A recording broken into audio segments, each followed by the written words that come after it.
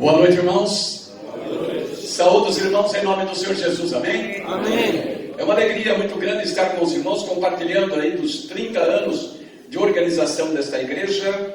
Nós que vivemos aqui bem pertinho, estamos caminhando aí juntos também. Lausanne fará no dia 27 de julho 41 anos de organização, trabalhando aqui também na região norte da capital.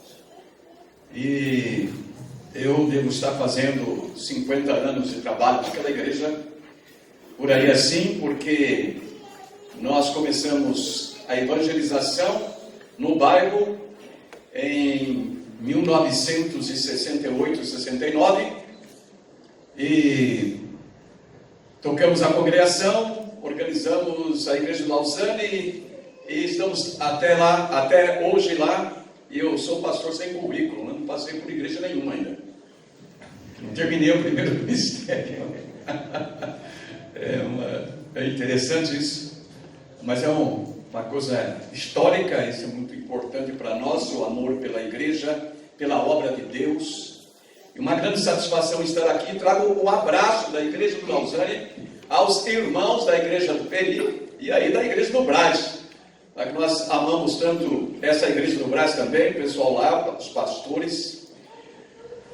Temos muita ligação com os pastores lá do Brás, o pastor Rocha, Vieira Rocha principalmente, grande amigo da gente, pregou várias vezes no Lausanne. E nós estamos aqui para compartilhar com os irmãos a palavra do Senhor e nos alegrar verdadeiramente pela comemoração de 30 anos e nos alegrar também pelo pastor que vocês têm, pastor Afonso Celso, é daqueles pastores que certamente Deus almeja muito, né? Aquele que assume um trabalho e aconteça o que acontecer, vai à frente, caminha como o povo da igreja, e isto é muito bom. E nós sabemos que a igreja tem passado e tem futuro. E esperamos que tenha futuro, né? Tem futuro. E sempre o aniversário é o marco entre o passado e o futuro da igreja. E nós devemos pensar que não devemos ficar presos no passado. É muito bom contar histórias e fatos da igreja, dos acontecimentos passados, mas não podemos ficar lá, porque a cada minuto nós estamos caminhando para o futuro e temos que ter uma visão de futuro. E eu gostaria de ler com os irmãos um texto para a nossa meditação, e à vista de ser a palavra de Deus, eu gostaria que nós reverenciássemos a palavra ficando em pé.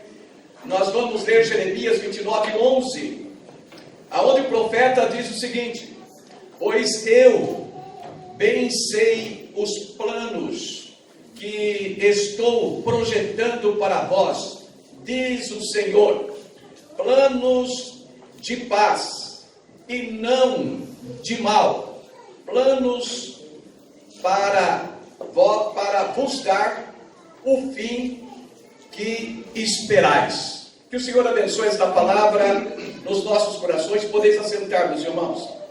E também Mateus 11:24, onde o Senhor Jesus diz: por isso vos digo que tudo o que pedirdes em oração, crendo que o recebereis e tê-lo-eis. É uma garantia da parte do Senhor que quando nós curvamos e oramos e buscamos, o Senhor realmente entrega nas nossas mãos. E nós queríamos falar nessa noite sobre o tema os planos de Deus para o futuro desta igreja. Os planos de Deus, que nós devemos pensar sempre no amanhã, no caminhar da igreja, no nosso avançar, saber que o horizonte vai sempre para frente, e nós devemos caminhar fazendo a obra do Senhor, porque o horizonte só vai parar, o horizonte cristão só vai parar quando Jesus vier. Como foi cantado maravilhosamente aqui, quando o toque da trombeta e o Senhor Jesus vier, então esse horizonte da igreja do Senhor na face da terra estará então parado num ponto maravilhoso que é a vinda do Senhor. nós estamos verdadeiramente, meus irmãos, fazendo esse culto de gratidão a Deus pelos 30 anos de atividades desta igreja. Dessa igreja que atua no reino de Deus, desde a sua organização até ao dia de hoje. Porém, meus irmãos, embora seja um marco, um aniversário, uma comemoração de aniversário, os dias vão continuar ocorrendo, vão continuar acontecendo e vão avançando assim. Poderíamos dizer que no presente nós avançamos para o futuro, numa sequência, diríamos assim, sem interrupção. Nós podemos até interromper a nossa atividade como indivíduos, mas a ação de Deus, ela é contínua, ela está sempre caminhando para o futuro. E o texto bíblico que nós lemos, que propusemos aqui para os irmãos, para a nossa meditação nesta noite, é um texto que traz para nós algo que Deus faz a Israel, que Deus promete ao povo de Israel. Logo que o povo sai lá do exílio e vem então, Deus nos traz novamente para a terra prometida. Deus ali os estabelece e o Senhor então faz esta promessa para eles. E nós, na verdade, achamos por bem que esta promessa dada ao povo de Israel, ela serve muito bem para a igreja, no contexto em que a igreja do Senhor, ela faz parte integrante, meus amados irmãos, da história de Deus no mundo. Através de nosso Senhor Jesus Cristo, a igreja, ela foi constituída e a partir daí ela então caminha nos seus dias com tudo aquilo que está aqui nas Escrituras até ao Apocalipse. Na vinda do Senhor, a igreja então faz presente. E nós diríamos que temos aí a igreja universal, a igreja de todos os salvos. Mas essa igreja de todos os salvos, ela é composta por pequenas igrejas, as igrejas locais, as igrejas aonde se reúnem grupos de irmãos, e grupos maiores e menores. Eu estive lá na Coreia e fiquei impressionado. A igreja que eu dirijo não tem o número de membros que tem o coral da igreja. Uma das igrejas que a gente foi lá, a igreja mais ou menos com aí na casa de 400, 500 até 800 lugares, na verdade quase aí um ginásio de esportes mais ou menos, e com um número muito grande de cultos, no domingo 6, 7, 8 cultos, e aquele templo lota de gente, e fica a gente esperando fora para entrar. Então é a igreja local, a igreja do Senhor atuando. E nós temos então as igrejas médias, as igrejas pequenas e até diríamos as nossas congregações. Nós estamos para organizar uma igreja em Botucatu, que há pouco tempo era uma congregação bem pequena e agora já está com certo número em condições de ser organizada. Então, as igrejas locais que formam esta igreja universal, a igreja do Senhor no mundo, dos verdadeiros servos do Senhor. E aqui nós temos então esta célula, poderíamos dizer, né, da igreja do Senhor Jesus, aqui no Peri, completando 30 anos, o 30º ano de vida, de atividade. E eu fico pensando assim, quantas maravilhas foi feito por esta igreja, quantas pessoas foram ganhas para Cristo, foram tiradas aí do mundo para o Senhor, através da ação desta igreja. Então, e a igreja continua na sua missão, continuará na sua missão, trabalhando e tirando as pessoas do mundo e do inferno e trazendo-as para os braços maravilhosos, benditos do Senhor Jesus Cristo, trazendo então as pessoas à salvação. E por tudo isso, meus irmãos, então nós resolvemos falar nesta noite aqui sobre esse tema que nós temos proposto para este momento. Então, os planos de Deus. Os planos de Deus para o futuro desta igreja de Jesus, Deus já os tem na mente. Então, o texto deixa muito claro isso para nós, que o Senhor tem na sua mente. Jeremias 29, 11, na primeira parte, diz assim: pois eu bem sei os planos que estou projetando para vós, diz o Senhor. Então, os irmãos estão completando 30 anos, pensando nas belezas do passado, nas realizações que fizeram, mas Deus já tem um plano para os irmãos, para o futuro. Certamente que ninguém pode sondar a mente de Deus, meus irmãos, para saber o futuro que Ele tem para cada membro da igreja e para a igreja como um todo. Porém, muitos dos planos de Deus para o futuro já estão registrados na palavra do Senhor. Quando nós vamos à palavra de Deus, nós vamos descobrindo a vontade de Deus para a humanidade, para a sua igreja, para as pessoas, e nós então vamos aplicando, porque ali na palavra já temos ali a expressão da vontade de Deus para a obra que Deus quer que nós executemos na face da terra. O exemplo de tais planos ou pensamentos de Deus para o futuro, temos esta palavra do Senhor Jesus, especificamente para o futuro da igreja. Em Mateus 16, 17 e 18, na conversa de Jesus com Pedro, o Senhor diz o texto lá de Mateus, disse-lhe Jesus: bem-aventurado és tu, Simão Barjonas, porque não foi a carne nem o sangue que tu revelou, mas o meu Pai que está nos céus.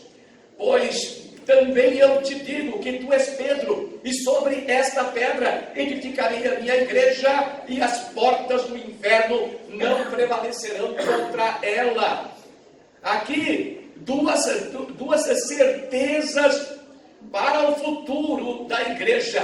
Deus dá para nós, através dessas palavras de Jesus, que está sedimentado para que nós possamos seguir. A primeira é que Jesus, o Senhor Jesus é a pedra da esquina.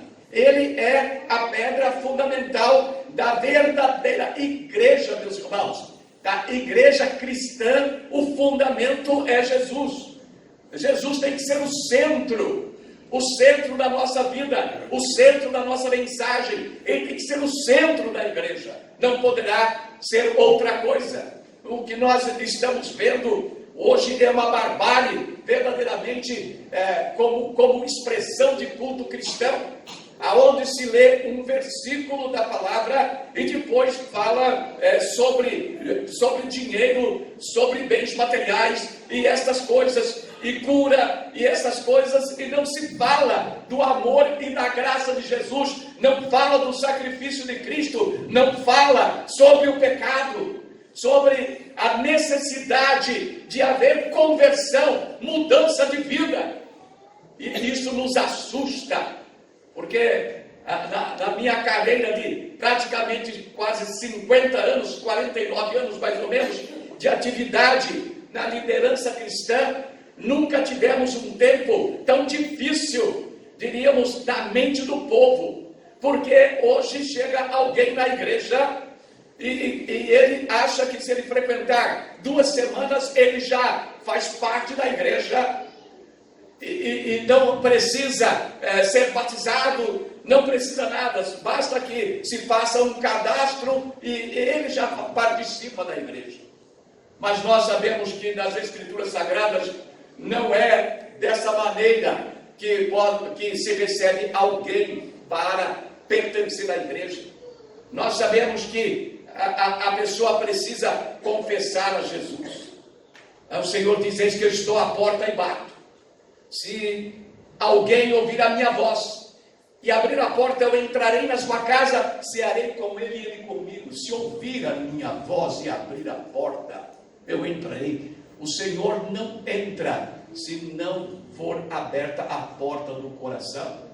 E a pessoa, ela pode ser uma boa religiosa, mas se verdadeiramente não tiver Cristo na vida dela, ela não tem a salvação do Senhor. Jesus é o centro da obra, ele é a pedra. Sobre esta pedra, que é ele mesmo. Este é meu entendimento teológico desse texto, que Jesus está referindo-se a si mesmo, como esta pedra, que é ele mesmo, edificarei a minha igreja. Então essa é a primeira parte que nós diríamos de segurança para o futuro da igreja. A igreja continuar a caminhar firmada na pessoa gloriosa de Jesus Cristo, nosso Senhor. O segundo é que as portas do inferno não prevalecerão contra a igreja, isto é, que a igreja prevalece sempre contra as portas do inferno. Amém, irmãos? Amém. É isto que acontece quando a igreja marcha, quando a igreja vai à frente, quando ela continua na sua obra, ela está verdadeiramente atuando contra as portas do inferno. Ela está retirando as pessoas do mundo. Ela está salvando almas. Ela está tirando as pessoas de debaixo do tacão de Satanás, trazendo para Jesus Cristo, e isto tudo para a glória do nosso Deus. Então são dois elementos fundamentais que dá o sedimento, que dá a base para a caminhada do futuro da igreja de Jesus. Então os irmãos completaram 30 anos de organização. O ano que vem será então 31 anos e deverão caminhar sempre firmados nesses princípios estabelecidos pela palavra de Deus, pelo próprio Senhor, firmado pelo Senhor. Jesus, ele é a pedra, ele é o Senhor da igreja, e as portas do inferno nunca prevalecerão contra a igreja, mas sim a igreja contra as portas do inferno. E nós sabemos como que Deus atua. Quando nós vamos lá para a igreja primitiva, a palavra do Senhor diz para nós lá em Atos capítulo 2, verso 42, e todos os dias acrescentava o Senhor à igreja aqueles que haveriam de se salvar. Deus acrescentava através do trabalho, da obra daqueles irmãos. Então, meus irmãos, nós devemos fazer jus àquele cântico do cantor cristão: mãos ao trabalho, homens, mãos ao trabalho, porque os dias estão passando, Jesus está para chegar, e Ele virá, e eu diria, você tem algo para apresentar ao Senhor, e é importante quando nós estamos comemorando mais um ano, saber que cada ano que está passando, Jesus está mais perto, e nós deveremos então apresentar o nosso trabalho, a nossa obra, a nossa ação perante o nosso Senhor, porque nós fomos salvos para salvar. Amém, amados? Amém. Nós fomos salvos para salvar. Não é para guardar a salvação para nós, mas para levarmos a salvação, para incluirmos pessoas, repetindo aquilo que acontecia na igreja primitiva. Se buscarmos tanto no Novo Testamento como no Antigo Testamento, encontramos inúmeras revelações de Deus para o futuro, e à medida que necessitamos destas revelações, iremos em busca delas para executarmos a obra de nosso Deus conforme a vontade do Senhor. Uma coisa, meus irmãos, nós sabemos de imediato é que o Senhor Deus já tem um plano para esta igreja aqui no Jardim Peri, no ano que se seguem, nos anos que se seguem, e a palavra nos diz pelo profeta: pois eu bem sei os planos que estou projetando para vós, diz o Senhor. No coração de Deus, mesmo que nós não saibamos, no coração de Deus há planos para vocês.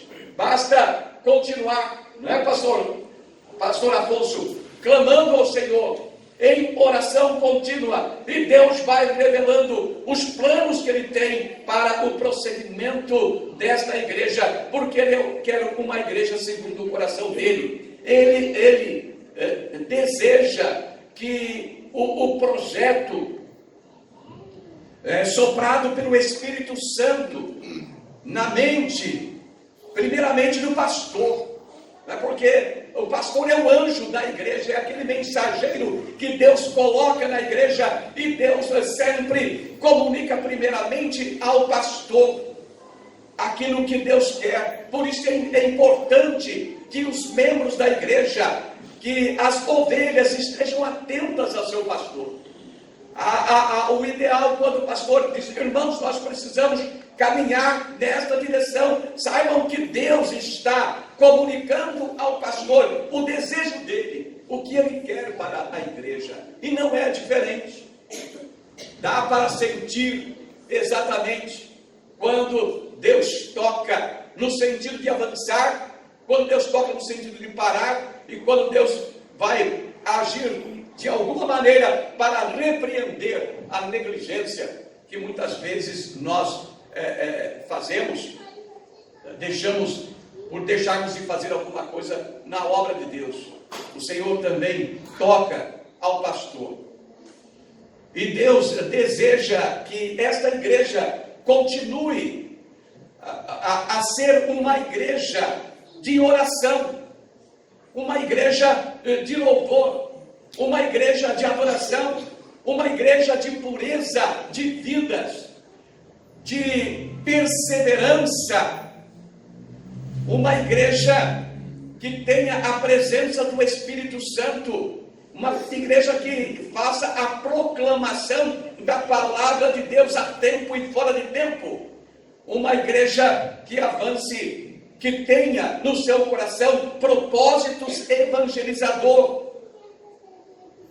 e igreja que tenha paixão pelas almas perdidas.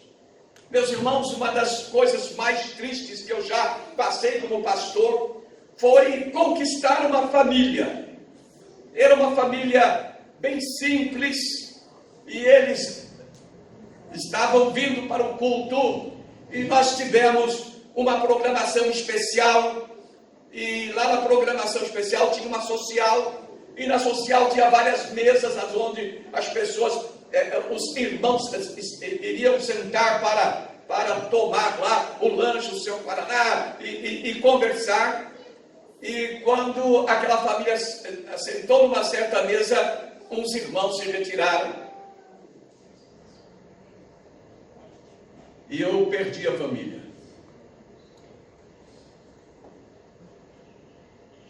Triste, né? Que isso não aconteça, que nós tenhamos sempre esse propósito evangelizador, o propósito de conservar as pessoas, porque Deus é que muda. Deus é que muda. Eu tenho várias famílias da minha igreja hoje, lá na igreja, na igreja lá de Central de Osasco, na igreja do René Kivites. Sabe por quê? Porque quando eles se converteram, eram bem pobrezinhos, e eles foram, através da palavra de Deus, corrigindo, buscando, e a iluminação da parte de Deus, e a graça de Deus, foram criando os filhos, e foram avançando, e foram até melhorando a sua cultura, a sua formação, e de repente, pastor, a gente vai para uma igreja onde o nível da gente vai ser bem recebido, entende? E glória a Deus que estão, mas muitas vezes o que acontece é que os crentes, eles fazem a acepção de pessoas. E isso é muito difícil, muito ruim. Não permitam que isso aconteça. Vocês vão passar para o 31º ano, que vocês lembrem-se desta palavra, acatem as pessoas. Quanto mais simples, procure se inteirar das suas necessidades, procurem ajudar as pessoas, dê a sua mão, porque o Senhor, mesmo ao proclamar o Evangelho, quando o Senhor foi dar a notícia a João, pelo questionamento dos discípulos de João, diz: olha, diga para ele tudo isto e que o Evangelho é pregado aos pobres. Amém, amados? Amém.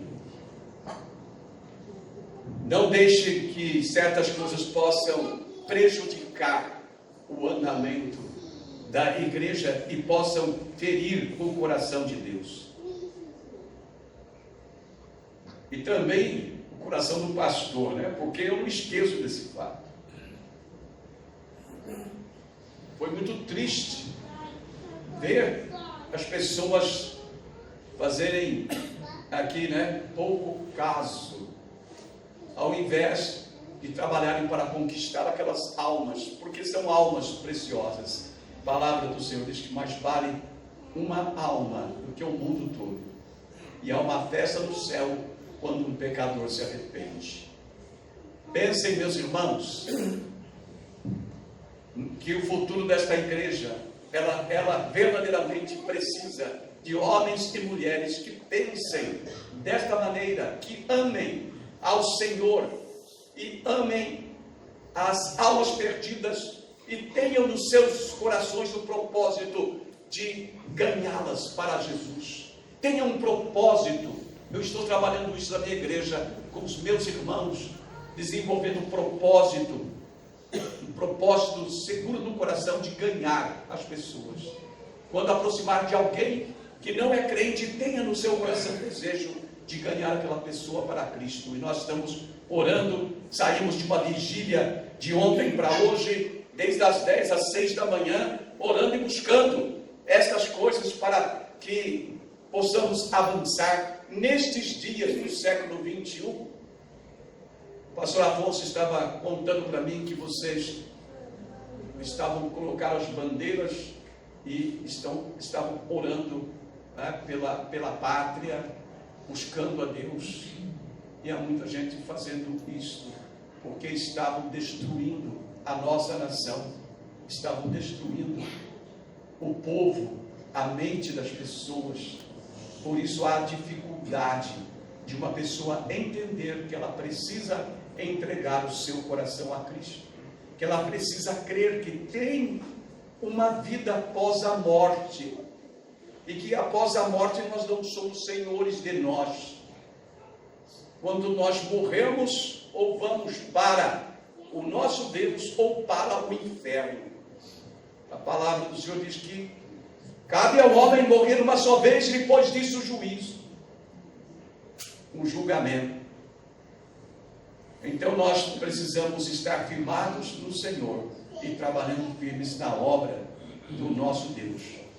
Portanto, meus amados irmãos, os planos para o futuro desta igreja já estão na mente de Deus, estão lá na mente de Deus, e Deus vai certamente trazer a vocês, através do seu pastor, através da inspiração do Espírito Santo, aquilo que Deus quer para este futuro da igreja, esse caminhar da igreja.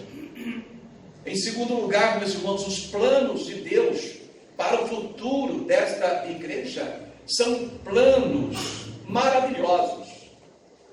A palavra diz assim que são planos de paz e não de mal. Planos de paz e não de mal, diz aqui o Senhor através do profeta. A sabedoria popular, meus irmãos, diz que mente vazia é a oficina do diabo. E isto é uma grande verdade. Por isso, os crentes deverão pensar muito em consagrar as suas vidas na obra de Deus, a colocar os seus corações na obra do Senhor, pensar nas coisas de Deus, para que não deixe a sua mente ser ocupada, não é, por coisas que agradam ao inimigo, que agradam a Satanás. E se descuidar, vai acontecer isso, verdadeiramente. Por isso, o Espírito está sempre renovando as expectativas dos crentes e da igreja, motivando os servos do Senhor a consagração de vida na obra do Senhor, e assim as mentes dos crentes estejam sempre cheias das coisas de Deus, como diz o apóstolo Paulo na carta aos Colossenses, capítulo 3, versos 1 a 3. Ele diz assim: se, pois, fostes ressuscitados juntamente com Cristo, buscai as coisas que são de cima, onde Cristo está assentado à destra de Deus. Pensai nas coisas que são de cima e não nas que são da terra, porque morrestes e a vossa vida está escondida com Cristo em Deus. Pensai nas coisas de cima. Ocupe a sua mente, meu irmão, minha irmã, ocupe a sua mente com as coisas de Deus, para que assim você não dê brecha ao inimigo na sua vida e possa vir até a prejudicar o avanço de sua igreja. Pensai nas coisas de cima. Se você tem que pensar, pense nas coisas de cima, aonde Jesus está. Mentes assim, ocupadas, são bênçãos na igreja de Jesus. São as mentes daqueles que atuam, consagrando as suas vidas na obra de Deus, liberalmente, fazem as coisas sem constrangimento, não há necessidade de constranger, são espontâneos, executam a obra de Deus com alegria nos seus corações. O crente, de modo algum, deverá distrair antes, ele deve